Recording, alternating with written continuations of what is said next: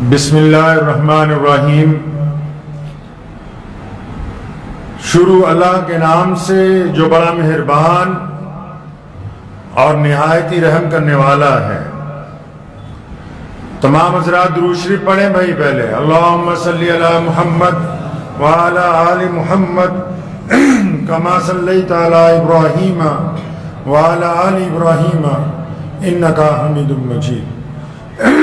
اللہم بارک علی محمد وعلی آل محمد کما بارکت علی ابراہیم وعلی آل ابراہیم انکا حمید مجید۔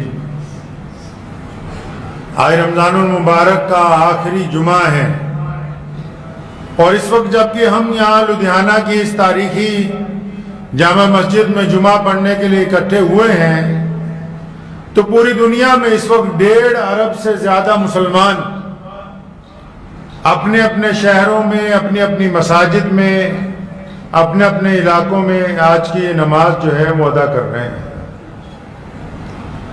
آج ذہن میں آیا تھا کہ آپ حضرات سے کچھ فضائل رمضان المبارک مزید بیان کیے جائیں، لیکن پھر یاد آیا کہ رمضان المبارک میں نزول قرآن کے ساتھ سب سے بڑا واقعہ جنگ بدر کا ہے، اور جنگ بدر کی فتح کے بعد سب سے بڑا واقعہ فتح مکہ کا ہے، جو کہ 21 رمضان المبارک کو نبی علیہ السلام نے مکہ مکرمہ کو فتح کیا، اور ایسی فتح جس میں کسی ایک بھی فرد کا خون نہیں بہا،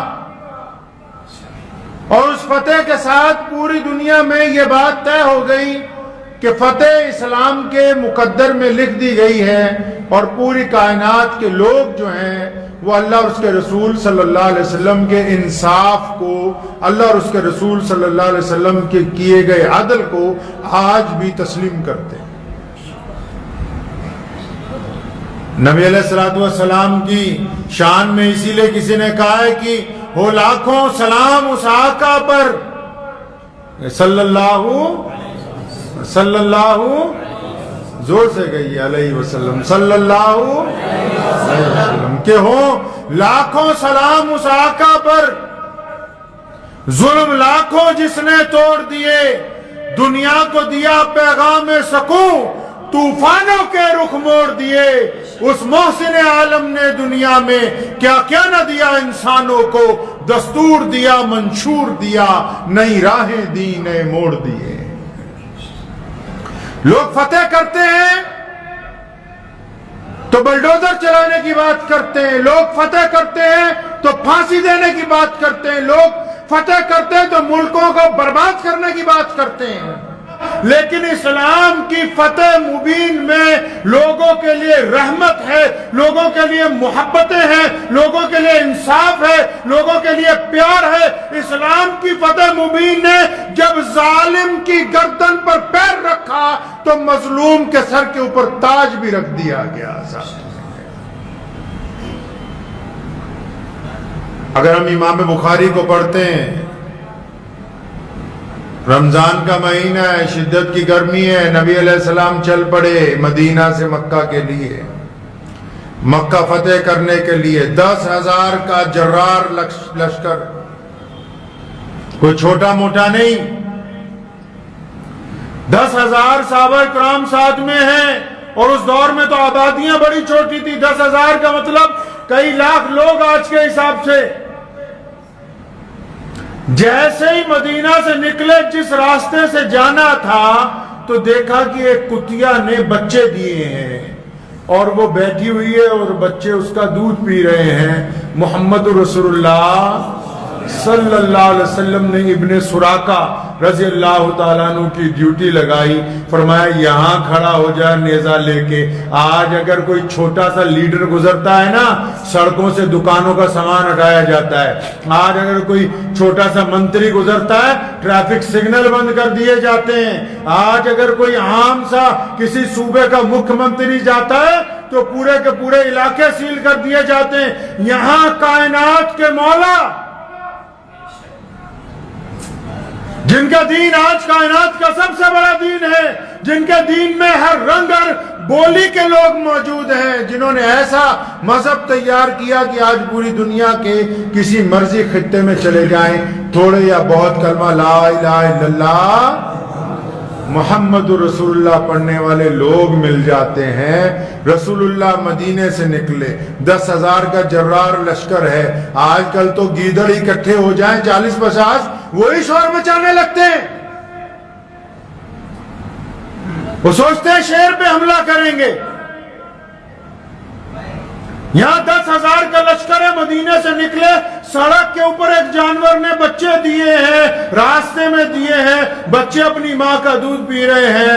محمد رسول اللہ نے دیکھا، ابن سراقہ کو بلایا، ان کو وہاں کھڑا کیا، نیزہ لے کے کھڑے ہو جاؤ۔ کیوں کھڑے ہو جاؤ؟ جتنا لشکر آ رہا ہے نا، اس جانور کو راستے میں سے اٹھائیں نہیں، اس ماں کو تکلیف نہ پہنچائیں، اس بچے کو تکلیف نہ پہنچائیں، بلکہ راستہ تبدیل کرنا ہے۔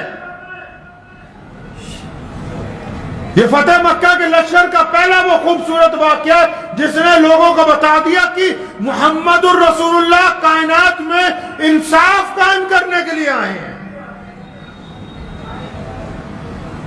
اور تاریخ کہتی ہے کہ ابن سراقہ اس وقت تک کھڑے رہے جب تک سارا لشکر گزر نہیں گیا، اس جانور کو اس کی جگہ سے ہٹایا نہیں گیا۔ اور جب مکہ مکرمہ میں پہنچے ہیں، مکہ مکرمہ سے ایک شب پہلے رات کو جب ڈیرا لگایا ہے، تو علی بن سفیان رضی اللہ تعالیٰ عنہ جو اس وقت مسلمان ہوئے، اس رات کو کہنے لگے عباس کے بیٹے آج تو تیرا بھتیجا بادشاہ بن گیا۔ تو کسی نے کہا نعوذ باللہ غلط باتیں نہ کرو، یہ نبوت کا جلوہ ہے، بادشاہیاں تو ختم ہو جاتی ہیں، دنیا میں کتنے امپائر بنے، آج ان کا نام نہیں ہے۔ ان 1450 سال کی تاریخ کے اندر کتنے بادشاہ ہوئے، ان کا نام نہیں ہے۔ کتنے بڑے بڑے لوگ پیدا ہوئے، ان کو کوئی نہیں جانتا ہے۔ آج کتنی بڑی بڑی سیاسی پارٹیاں بنی، انہوں نے راج کیا، وہ بھی ختم ہو گئی۔ اب جو بنتی ہیں آنے والے دور میں ان کی جگہ کوئی اور آ جائے گا۔ یہ محمد الرسول اللہ صلی اللہ علیہ وسلم کی اعلیٰ ترین جو نبوت اللہ تعالیٰ نے، جس میں ختم نبوت کا تاج محمد رسول اللہ کے سر پہ رکھا گیا، یہ اس کا قیام، اس کا کمال ہے کہ ابد سے لے کے ازل تک اگر کوئی نبی ہے، کوئی نبی تھا اور کوئی نبی رہے گا تو وہ محمد رسول اللہ صلی اللہ علیہ وسلم کے ساتھ۔ یہی رمضان، یہی تپتی گرمی جس میں کئی لوگ آج روزہ رکھنے سے گھبرا جاتے ہیں، کئیوں کو نماز میں گرمی لگنے لگتی ہے، اسی تپتی ہوئی شدت کی گرمی میں محمد رسول اللہ نے مکہ کو فتح کیا ہے۔ اور کون سا مکہ؟ وہ مکہ جہاں محمد رسول اللہ کو مارا گیا، وہ مکہ جہاں سیدنا بلال کی کھال ادھیڑی گئی، وہ مکہ جہاں یاسر بن عمار کو مارا گیا، وہ مکہ جہاں سیدنا ابو بکر صدیق کے اوپر تشدد ہوا، وہ مکہ جہاں ابو ہریرہ رضی اللہ تعالیٰ عنہ پر ظلم ہوا، وہ مکہ جہاں مسلمانوں کا سوشل بائیکاٹ کیا گیا، جہاں 2 سال کی قید شاہب ابی طالب کے اندر مسلمانوں نے محمد رسول اللہ کے ساتھ گزاری ہے، وہ مکہ جس کی مسجد میں جو خدا کا گھر ہے صدیوں سے، جس میں مسلمانوں کو اندر جانے کی اجازت نہیں، آج اس مکے کو محمد رسول اللہ فتح کرنے آئے۔ نعرہ تکبیر!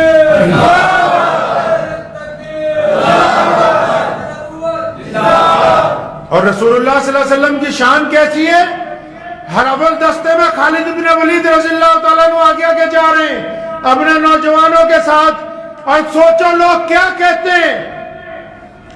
آج دشمن حملہ کرتا ہے کہیں پہ، وہ کہتا ہے اپنے ہتھیار پھینک دو، گرفتاری دے دو، تمہیں کچھ نہیں کہیں گے، اور یہ اعلان کرتے جا رہے ہیں کہ میرے آقا نے کہا جو لڑنے نہیں آئے گا اس کے ساتھ کوئی جھگڑا نہیں۔ میرے آقا نے کہا جس نے اپنے گھر کا دروازہ بند کر لیا اس کے گھر پہ کوئی دستک نہیں دی جائے گی۔ میرے آقا نے کہا ہے جو بیت اللہ کے اندر چلا جائے گا اس کو معاف کر دیا جائے گا۔ ہے کوئی ایسی فوج جو دنیا میں کسی شہر میں داخل ہوتی ہو اور لوگوں کو امن کا اعلان کرتی جاتی ہو، لوگوں سے سکون کا اعلان کرتی جاتی ہو؟ ایسی فوج صرف محمد رسول اللہ صلی اللہ علیہ وسلم کے پاس ہے۔ مورخین نے لکھا ہے حضور صلی اللہ علیہ وسلم کا ردیف ایک بچہ